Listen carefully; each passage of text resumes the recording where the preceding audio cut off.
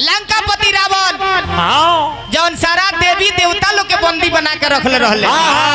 उ सोचले रहले कि एक छत्र राज हमारे दुनिया में रही हम जौन चाहे तौने करे शनिचर ग्रह जेकरा से सारा लोग डराला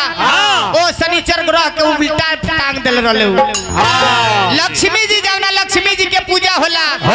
उ लक्ष्मी जी लंकापति रावण के आंगन में झाड़ू लगावस सारा देवी देवता लोग के अपना बस में क के रखले रहले लेकिन उ देन भइल के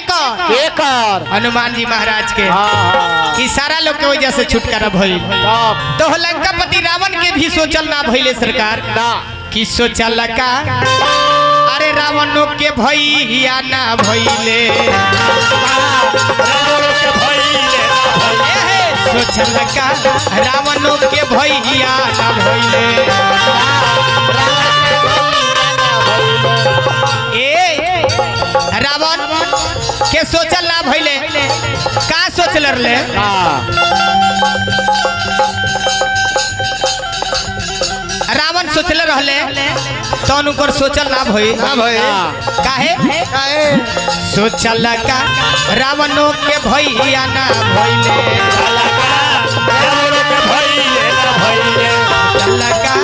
रावणों के भैया ना भइले रावण सोचले रहले का अरे रावण सोचले अपना मन में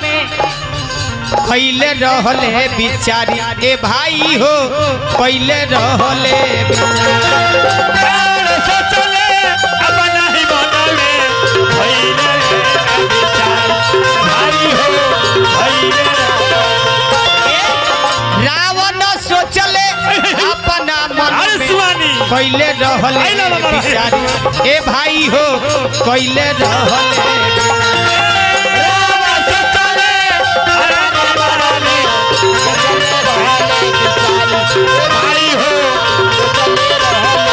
का सोचले रहले का रावण के मन में ही सोच रहे बाप के आगे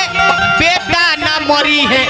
रावण वचन सुनवले ए भाई हो रावण वचन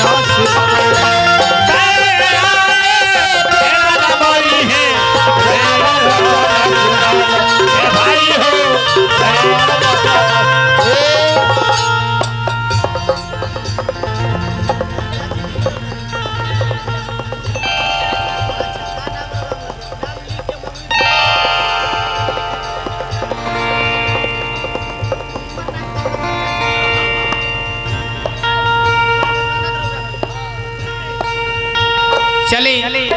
हम जौना बेरा अभी तौने बेरा एगो भाई से कहमी कि घर परिवार के सदस्य लोग के तनी दो चार आदमी जे भी बा ओकर नाम और चाची जी के नाम वो चाची जी के नाम रहला बेटा बेटी कलावती देवी ओह कलावती देवी जौना चाची जी के अंतिम संस्कार में श्रद्धा से इस रात होता इस संस्कार प्रोग्राम होता ओह चाची जी के ननद के तरफ से देखिए अनगिनत रुपया के पुरस्कार 1 मुट्ठी रुपया पड़रौना निवासी शुभकामना खातिर मालिक से प्रार्थना करो कि वो चाची जी की आत्मा के देवलोक में स्थान मिले लक्ष्मण झूला पर वहां के झूली परमात्मा से यह निवेदन रावण के मन में यह विचार आयल का बाप के आगे बेटा न मरी रावण शब्द सुनवले ए भाई हो रावण शब्द सुनवले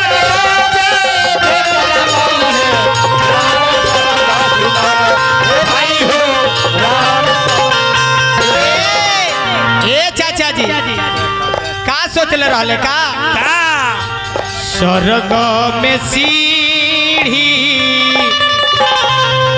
हम लगावा दे चलिए हमरा संजीत भैया के संगतिया आजमगढ़ भैया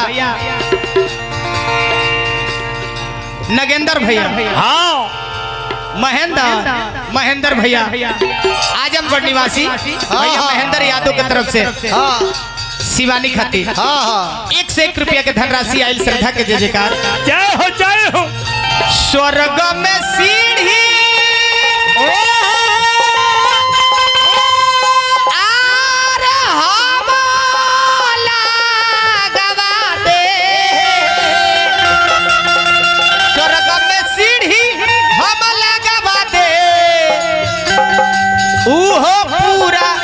भइले सोचल का रावणों के भैया न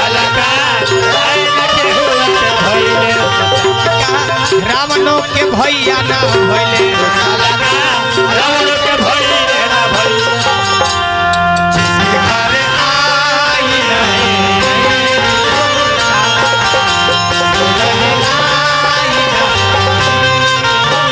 उसका खुद का पता नहीं होता, उसका खुद का पता नहीं होता।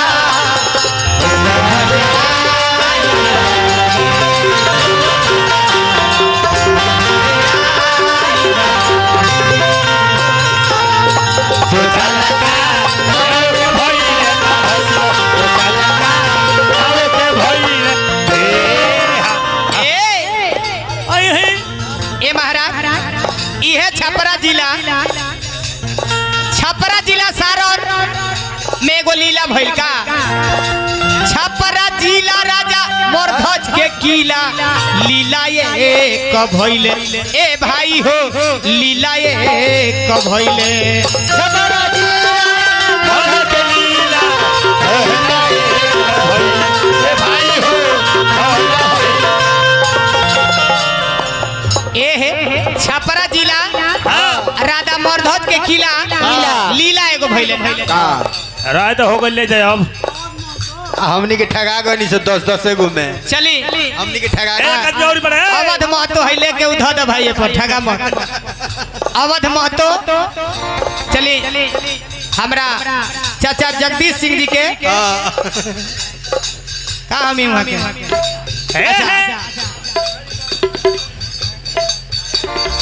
चली पुरस्कार देनी सारा कलाकार लोग के हजारों हजार रुपया श्रद्धा के जय जयकार रहल। ये शिवानी छपरा जिला राजा मोरध्वज के किला लीला ये कब भइले ए भाई हो लीला ये कब भइले। छपरा जिला मोरध्वज के भाई हो ए महाराज एक बार अर्जुन के मन में अभिमान हो गई कि हमारा से बढ़ के भक्त दुनिया में कृष्ण के केहू नहीं है। सबसे परम भक्त हम ही बानी काहे कि भक्ति में बस भक्ति के बस में होके कृष्ण हमारा रथ के हाके ले।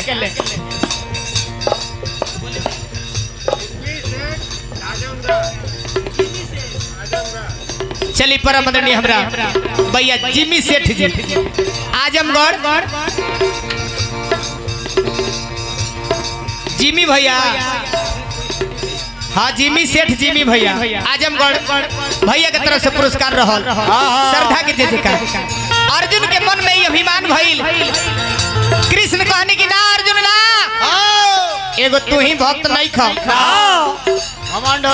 तहरा से एक भक्त बाड़े अगर तहरा नहीं खे विश्वास तो चलो हम दिखाओ तनी। यह भगवान कृष्ण अर्जुन के अपना साथ में लेके अइले राजा मोरध्वज की यहाँ लीला का भई छपरा जिला राजा मोरध्वज के किला लीला ए कब भइले ए भाई हो लीला ए कब भइले। छपरा जिला मोरध्वज के किला लीला ए कब भइले ए भाई हो लीला ए कब भइले। ए महाराज भगवान कृष्ण अर्जुन साथ में बाग लेके आए लोग कहल कि राजा मोरध्वज ए मोरध्वज जवना राजा मोरध्वज के एक एगो लड़का जवना लड़का के नाम रहे ताम्रध्वज आदेश कैलो कि हमार बाघ जौन बा भूखा बा आई बाघ मांस खाई आ उहो मांस खाई त के कर लड़का ताम्र ध्वज जौन बाड़े उनकर ओ ताम्र ध्वज के मांस खाई आ मांस खाई केगा केंगा राजा रानी दोनों जना तहरा प्राणी के तू दोनों प्राणी मिल के अगर उ बेटा के कटबलो आरा चलैबलो तबे हमर बाघ मांस के सेवन करी भोजन करी आ चाहे हमनियों के भोजन करे छ आ देखिए सरकार कैसन परीक्षा बा ओई में इहो शर्त बा कि अगर आरा चलावत समय में आंख से आंसू गिर गई तो हमार बाघ भोजन ना करी चाहे हमनियों के भोजन ना करे छ सरकार विचार करी कि जब ना माता पिता के एक गो बेटा होके और माता पिता अपना हाथ से वो बेटा के सर पर आरा चलावे ओकरा कलेजा पर का बीतत होई बोली भैया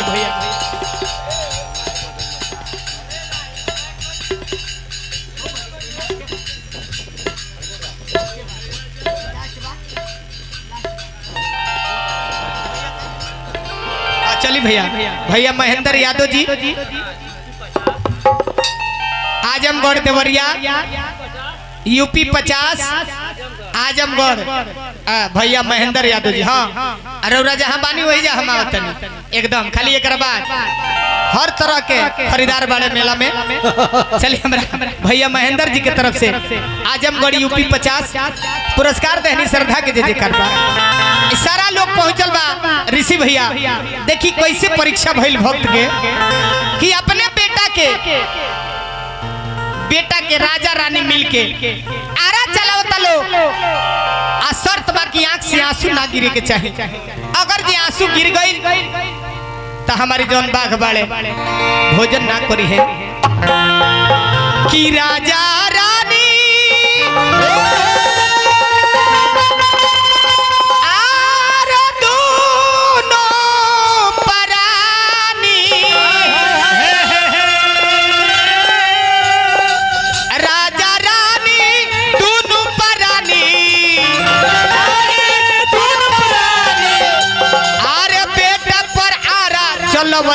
समैया तो चल के हुके ना भइले भैया